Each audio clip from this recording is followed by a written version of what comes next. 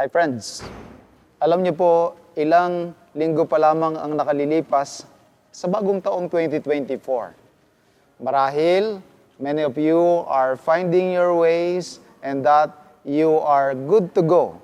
Mabuti ang inyong pinatutunguhan ngayon ayon sa inyong idinrowing, ipinanalangin at pinanukala para sa taong 2024. It's just that, kagaya ko po, kahit na anong dami ng plano, kahit na anong dami ng paghahanda, ay dumarating din ako sa mga panahong hindi ko alam kung ano ba gagawin. Paano ba mag-move forward at ano ba ang tamang desisyon na gagawin sa buhay natin. Especially as we would want to honor the Lord with our decisions, we would want to make sure na ang ginagawa natin at mga pagpapasya natin ay sang-ayon sa kalooban ng ating Panginoong Diyos. Paano ba natin malalaman ang daan na ating patutunguhan at atin talagang gagawin?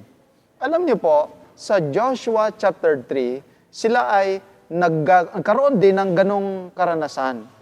Hindi nila alam yung kanilang daraanan. Ang totoo nito, bago lang sila sa lugar na yon kung saan kailangan nilang tumawid sa ilog ng Jordan. Kaya, ang sabi sa kanila ng Panginoon ay ganito, sa Joshua chapter 3, verse 3, "When you see the ark of the covenant of the Lord your God, and the priests and the Levites bearing it, then you shall set out from your place and go after it." Ang instruction po sa kanila ng ating Panginoong Diyos sa pamamagitan ni Joshua ay sila ay susunod sa Ark of the Covenant, which represents the presence of God. Dahil ang maglilid sa kanila kung saan sila pupunta at tiyak na yun ang tamang daan at tamang patutunguhan ay kapag ang sinusundan nila ay ang Ark of the Covenant na nagre-represent sa presence ng ating Panginoong Diyos. Alam niyo po, sa buhay natin ngayon, sasabihin niyo siguro, Pastor, wala namang Ark of the Covenant na ngayon. Mas madali dun sa panahon nila, at least naroon talaga sila physically. Nakita nila yung Ark of the Covenant. Pagka umalis, susundan lang nila. And then, yun na talaga ang tamang pupuntahan at hindi sila maliligaw. Alam niyo po, ang laman ng Ark of the Covenant are the commandments of God. Ang 10 utos ng ating Panginoong Diyos at ang presence, ang Shekinah glory ay naroon din po, mga minamahal. Kaya, ngayon, kahit na wala na yung Ark of the Covenant, pagka may mga decision makings kayo, may mga crossroads kayo, ang titingnan nyo ay, nasaan ba dito yung makakasunod ako sa kalooban ng Panginoong Diyos? Saan ba dito mabibigyan ko ng honor ang aking Panginoong Diyos? Yun lamang po ang sundan ninyo, hindi kayo magkakamali. Madalas lang naman kaya tayo nauntog-untog, nagkakamali, nagliko-liko, nag-U-turn tayo dahil hindi natin ikinukonsider na ang pangunahing maglilid muna sa atin ay ang kalooban ng Diyos. Kahit na maganda na yung babae na yan, kung hindi naman kalooban ng Diyos. Kahit na malaki ang sweldo mo dyan sa trabaho na yan, pero hindi naman kalooban ng Diyos kasi nga makakalabag ka.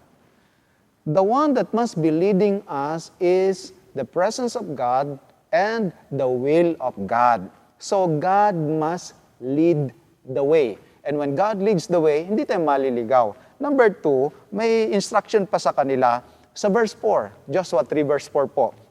"Yet there shall be a space between you and it, about 2,000 cubits by measure. Do not come near it, that you may know the way by which you must go, for you have not passed this way before." Not only that God leads the way, God also shows the way. God understood na very, very new sa kanila yung lugar na yun. Hindi kagaya natin, di ba? Everyday kapag papasok tayo sa trabaho, alam natin saan tayo lilikong kaliwa, saan tayo kakanan, alam na natin yung shortcut, alam na natin yung pasikot-sikot. Like kung matagal ka na, halimbawa sa kumpanya mo, basically, may sinasabi sila dito sa Singapore, even close one eye, alam na nila yung gagawin. But there are like totally new things. Magugulat ka na yung sitwasyon bagong-bago sa'yo. Yung trabaho bagong-bago sa'yo. And minsan, dinadala tayo ng Panginoon sa mga sitwasyon na mga bago, mahihirap, unusual sa atin, hindi tayo comfortable, sapagkat minsan, nagiging sloppy na din tayo. Nagdidepende na din tayo sa ating sarili at nagiging very confident na tayo sa ating sarili at hindi na tayo confident sa ating Panginoong Diyos.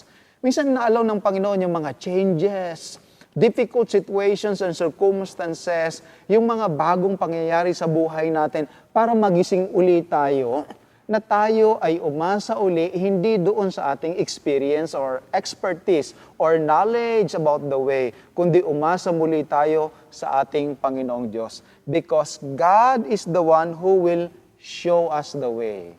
Number 3, and lastly, alam niyo po doon sa verse 14 naman, matapos yung instruction na yun, lumakad na nga yung mga Levita at pagkatapos yung may pasan-pasan ng Ark of the Covenant at nang sila po ay umapak na yung mga saserdote doon sa mga tubig ng ilog ng Jordan, tumigil po yung pag-agos ng ilog ng Jordan, mga minamahal na mga kaibigan at mga kapatid. At ang sabi sa verse 14, "So it was, when the people set out from their camp to cross over the Jordan, with the priests bearing the Ark of the Covenant before the people, and as those who bore the ark came to the Jordan, and the feet of the priests who bore the ark dipped in the edge of the water, that the waters which came down from upstream stood still, and rose in a heap very far away at Adam, the city that is beside Saretan. So the waters that went down into the sea of the Araba, the salt sea, failed, and were cut off, and the people crossed over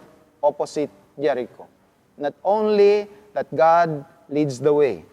Not only that God shows the way, also God makes the way. Sapagkat yun pong ilog ng Jordan ay hinati uli ng ating Panginoong Diyos para yung kanyang mga anak ay makatawid doon. Alam niyo po, kapag ka ang Diyos ang nangunguna sa ating mga buhay, sa ating mga decision makings, kahit na sobrang hirap at parang imposible nating malampasan, but when you allow God to lead the way, He is able to make the way. Kaya niyang pakulapsin ang walls, kaya niyang hatiin ang dagat na pula, ang ilog ng Jordan, kaya niyang magpaulan ng tinapay mula sa langit, kaya niyang magsugo ng maraming mga ibon, kaya niya lalong-lalo na pagka hindi natin kaya, because God can make a way when there seems to be no way. Alam niyo po, sa bagong taon na ito, na maraming mga confusion, saan ka pupunta, anong gagawin mo, anong pinakamabuting desisyon kaya ang ating gagawin sa buhay, mabuti po that you will make God to lead the way, to show the way, and witness Him make way in your life. Because even now, you can live God's Word in this world.